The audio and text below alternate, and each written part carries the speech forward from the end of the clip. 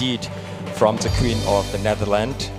And the Queen also said that we should move beyond payment for digital financial services because we need savings, insurance, and also credits that are needed by individuals, households, and MSMEs to fully benefit from the digital economy.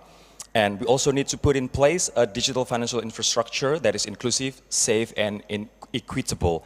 And it's really a pride moment for Indonesians that she mentioned about the pre-employment card, or in Indonesia we call as Kartu Prakerja, because personally it was very close to me, Kartu Prakerja. I was assigned to host and also MC the launch of Kartu Prakerja, or the pre-employment card. And that Kartu Prakerja just started like months, but then the pandemic hit and the government needs to act fast and adjust and also transform Kartu Prakerja into assistance fund. So the card that was supposedly designed for assistance, for entrepreneurship, for retraining, upskilling, then was transformed into assistance fund. And that was a proof of the agility of the government of Indonesia in transforming that facility into something that people can rely on to survive during a very difficult time during the pandemic. And I believe that many governments and also many business leaders did the same agility into their country, into their business to save lives, because we were facing difficulties back then. Now, ladies and gentlemen, we need to do some adjustment about the scheduling. I would like to invite now Hathaway to remind us about how important equality is and how important women's role in making our life better, and the importance of women to be given the same opportunity. Please welcome Anne Hathaway.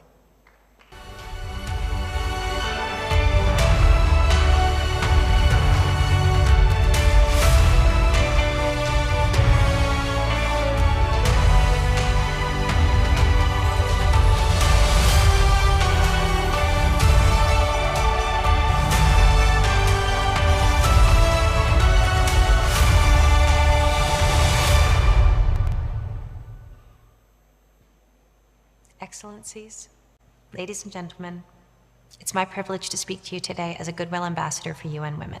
Women's participation and equal power is fundamental to progress for everyone. I'm sure you are aware of the evidence which shows conclusively that equality between women and men make us all safer, happier, more prosperous, and more successful. And yet, the reality in which we find ourselves is that at the current rate of progress, it may take another 300 years to achieve gender equality. I hope we all agree this is 3 centuries too long. It is going to take more than hope to get us to a better future. Our current position is far from good. Progress for women and girls is in dramatic reverse in many countries. Rights and freedoms that women and girls had experienced as normal, to work, to learn, to make choices about their bodies, have been abruptly taken away. Some of those losses have been legislated or imposed by governing authorities against courageous resistance.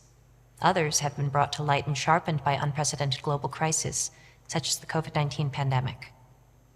The pandemic had a devastating impact on us all, but it hit women especially hard.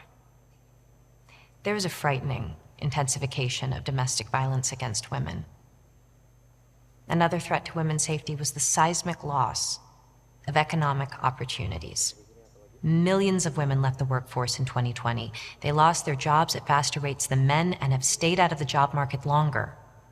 And now, as fuel and food prices rise globally, amidst the climate emergency and sustained military conflicts, women's incomes, as well as their contributions to businesses' success and the recovery of markets, matter even more than ever. Ironically, the pandemic also showed us just how much our future progress depends on the skills and leadership of women. Women sustained our healthcare systems and invented life-saving vaccines. As leaders of countries, they gave us some of the most effective responses to the pandemic. And yet, we show time and time again that we do not equally value women's participation, contribution, and leadership. This year, in 169 countries and areas, that's most of the world, women's labor force participation is expected to stay below pre-pandemic levels. What can we attribute this to? Well, it's my regret to share with you that during the pandemic, women did an additional 512 billion hours of unpaid care work at home. While I let that statistic sink in, I would like to acknowledge the essential importance of care. Care is fundamental to the basic functioning of our economies and societies, and I'm not meaning to suggest otherwise. In fact, the reality is, everyone will need care at some point in their life. However, we must also recognize the reality that the current way care is provided and valued is unfair and unsustainable. We must address the cultural biases that automatically label care as women's work. Even before the pandemic, women spent more than 3 times as many hours as men on unpaid care and domestic work. It was unfair then, it's worse now. It's time to admit that something is very, very off. Whether or not we mean to, the fact is, we are taking advantage of women. Simply put, we must stop penalizing women for caring. We must stop relying on women to make it work and instead proactively make possible, support, and fairly compensate care work. UN Women has observed the care that's appreciated and properly valued in all its form is a critical missing link in unlocking the full potential of women in the economy and in society, which is, of course, the same thing as unlocking the full potential of everyone in the economy and society. Governments, businesses, and civil society can all play a role in this. UN Women would like to propose these practical and immediate actions.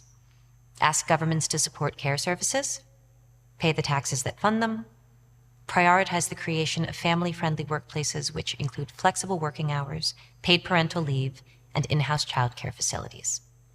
This is a moment when we must urgently act not only to restore what has been lost for women and girls, but to end the harmful status quo which keeps inequality thriving. The stakes simply couldn't be higher. The world, not just women, needs innovative solutions more than ever. Optimizing inclusivity is our best chance at success. This esteemed group, which I am honored to address today, find themselves tasked with making decisions that shape lives. I urge you, put women at the heart of economic growth and recovery. Be the architects of a better future by doing what no one else has effectively done before. Prioritize women for the good of all. Thank you. That was a very powerful message from Anne Hathaway, UN Women Goodwill Ambassador, ladies and gentlemen, unlocking the full potential of women in the economy. And one of the most interesting points that I think was pointed out by Ms. Hathaway was that women and men suffer more during the pandemic, but women suffer more. And we're taking advantage of women, and we penalize women for caring. So we need to change and put women on priority for the better good of all. It